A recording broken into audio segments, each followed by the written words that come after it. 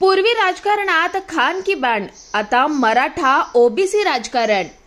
परभणी जिल्ह्याचे आम आदमी पक्षाचे जिल्हाध्यक्ष सतीश चाकोर यांचा वाढदिवस 5 मे रोजी सायंकाळी वसमत रोडवरील त्यांच्या संपर्क कार्यालय येथे मोठ्या उत्साहात साजरा करण्यात आला।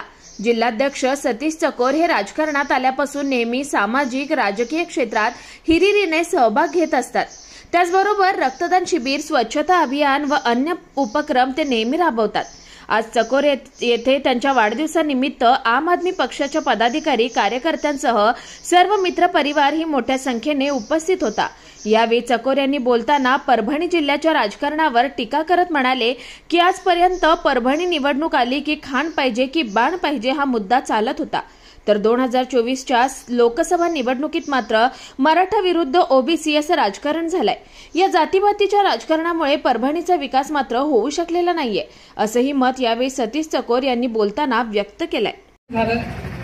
परभणीमध्ये आपण नेहमी पाहतो की खानकी बाण नावाचं राजकारण चालायचं। हिंदू मुस्लिम पद्धत लोकांना पोलराईज करून मतं घेतली जात होती आणि मागच्या 35 वर्षात परभणी जिथे आहे तिथेच आहे।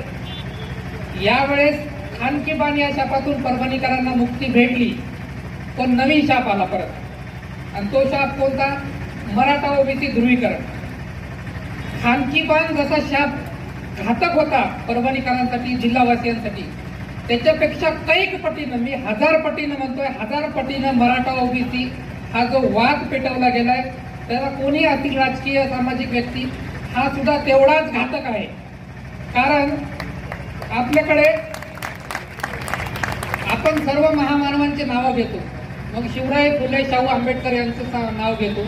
या प्रत्येक महामानवांना थोडक्यात आपण जन्माला आलो की आपल्या मागे एक जात आणि धर्म चिकटतो, त्यात आपलं कुठलंही कर्तृत्व नसतं। जन्म झाला की मायबापाच्या जातीवरून किंवा धर्मावरून आपल्याला जात धर्म लागते, पण याच जाती धर्मामुळे, म्हणजे धर्म ही प्रत्येकाची वैयक्तिक बाजू आहे सांभाळण्याची किंवा त्याचा प्रसार करण्याची, त्या धर्माचं आचरण करण्याची आपल्याला संविधानाने मुभा दिलेली आहे। हे जरी असलं तरी जाती धर्मावरून फक्त तेढ निर्माण करायची आणि राजकीय पोळी भाजायची असं राजकारण आपल्याकडे नेहमीच